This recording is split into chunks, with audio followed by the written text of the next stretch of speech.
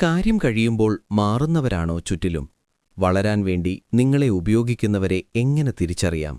നിങ്ങളുടെ നന്മയെ ചൂഷണം ചെയ്യുന്നവരുടെ യഥാർത്ഥ സൈക്കോളജി. നിങ്ങളുടെ ജീവിതത്തിൽ എപ്പോഴെങ്കിലും ഇങ്ങനെ സംഭവിച്ചിട്ടുണ്ടോ? നിങ്ങളുടെ സഹായം കൊണ്ടും പിന്തുണ കൊണ്ടും ഒരാൾ വളരുന്നു. എന്നാൽ അവരൊരു നിലയിലെത്തുമ്പോൾ നിങ്ങളെ പൂർണ്ണമായും ഒഴിവാക്കുന്നു. കാര്യം കാണാൻ വേണ്ടി മാത്രം അടുത്തുകൂടുകയും ആവശ്യം കഴിയുമ്പോൾ കറിവേപ്പില പോലെ വലിച്ചെറിയുകയും ചെയ്യുന്ന ഇത്തരം ആളുകളെ നമ്മൾ എങ്ങനെയാണ് നേരിടേണ്ടത്? ഇന്ന് നമ്മൾ സംസാരിക്കാൻ പോകുന്നത് നിങ്ങളെ ഒരു ചവിട്ടുപടിയായി മാത്രം ഉപയോഗിക്കുന്നവരുടെ സൈക്കോളജിയെക്കുറിച്ചും അതിൽ നിന്നും എങ്ങനെ രക്ഷ നേടാം എന്നതിനെക്കുറിച്ചുമാണ്. വീഡിയോ ഉപകാരപ്രദമായെങ്കിൽ ലൈക്ക് ചെയ്യാനും ചാനൽ സബ്സ്ക്രൈബ് ചെയ്യാനും മറക്കരുത്. പോയിന്റ് 1. കച്ചവട മനോഭാവവും സോഷ്യൽ ക്ലൈംബിങ്ങും. ഇത്തരം ആളുകൾ ബന്ധങ്ങളെ കാണുന്നത് ഒരു കച്ചവടമായിട്ടാണ്. Transactional mindset. പരസ്പരമുള്ള ബഹുമാനമോ വിശ്വാസമോ അല്ല, മറിച്ച് നിങ്ങളിൽ നിന്നും എന്ത് നേടിയെടുക്കാം എന്നത് മാത്രമാണ് അവരുടെ ലക്ഷ്യം. അത് നിങ്ങളുടെ സമയമാകാം, പണമാകാം, അല്ലെങ്കിൽ നിങ്ങളുടെ സ്വാധീനമാകാം. ഇവരെ നമുക്ക് സോഷ്യൽ ക്ലൈംബേഴ്സ് എന്ന് വിളിക്കാം.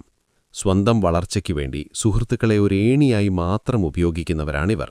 നിങ്ങളെ ഉപയോഗിച്ച് അവർ ലക്ഷ്യം നേടിയാൽ പിന്നെ അവർക്ക് നിങ്ങളെക്കൊണ്ട് യാതൊരാവശ്യവുമില്ല. തങ്ങളെക്കാൾ ഉയർന്ന മറ്റൊരാളെ തേടി അവരടുത്ത യാത്ര തുടങ്ങും. പോയിന്റ് 2. ഡാർക്ക് സൈക്കോളജിയും യൂസർ ഡൈനാമിക്കും. സൈക്കോളജിയിൽ ഇതിനെ ഡാർക്ക് ട്രയാഡ് വ്യക്തിത്വങ്ങളുടെ ലക്ഷണമായാണ് കാണുന്നത്. പ്രത്യേകിച്ചും നാർസിസിസം, മാക്യവെലിനിസം തുടങ്ങിയ സ്വഭാവങ്ങളുള്ളവർക്ക് മറ്റുള്ളവരോട് യാതൊരു സഹാനുഭൂതിയും ഉണ്ടാകില്ല. കാര്യം നേടാൻ വേണ്ടി ഇവർ വളരെ നല്ലവരായി അഭിനയിക്കും. എന്നാൽ ആനുകൂല്യങ്ങൾ അവസാനിക്കുന്ന നിമിഷം ഇവരുടെ കൂറും അവസാനിക്കും. നിങ്ങളുടെ സഹായം അവരുടെ ഒരു അവകാശമാണെന്നാണ് ഇവർ കരുതുന്നത്. പോയിന്റ് 3. എന്തുകൊണ്ടാണ് അവർ നിങ്ങളെ ഇരയാക്കുന്നത്? നിങ്ങൾ ചിന്തിക്കുന്നുണ്ടാകും, എന്തുകൊണ്ടാണ് ഇത്തരം ആളുകൾ എപ്പോഴും നിങ്ങളെ തന്നെ ഇതിനായി തിരഞ്ഞെടുക്കുന്നത് എന്ന്. കാരണം ഇത്തരം ആളുകൾക്ക് ആരെ എളുപ്പത്തിൽ ചൂഷണം ചെയ്യാമെന്ന് കൃത്യമായി അറിയാം. മറ്റുള്ളവരെ എപ്പോഴും സഹായിക്കാൻ തയ്യാറാകുന്ന, വഴക്കുകൾ ഒഴിവാക്കാൻ ശ്രമിക്കുന്ന, ഒരിക്കലും നോ പറയാൻ കഴിയാത്ത ആളുകളെയാണ് ഇവർ ഇരയാക്കുന്നത്. നിങ്ങൾ പ്രകടിപ്പിക്കുന്ന സ്നേഹത്തെയും സഹാനുഭൂതിയെയും ഇവർ നിങ്ങളുടെ ബലഹീനതയായിട്ടാണ് കാണുന്നത്. പോയിന്റ് 4. Social exchange theory.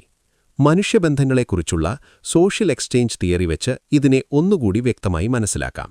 ഈ സിദ്ധാന്തപ്രകാരം മനുഷ്യബന്ധങ്ങൾ നിലനിൽക്കുന്നത് പരസ്പരമുള്ള കൊടുക്കൽ വാങ്ങലുകളിലൂടെയാണ്.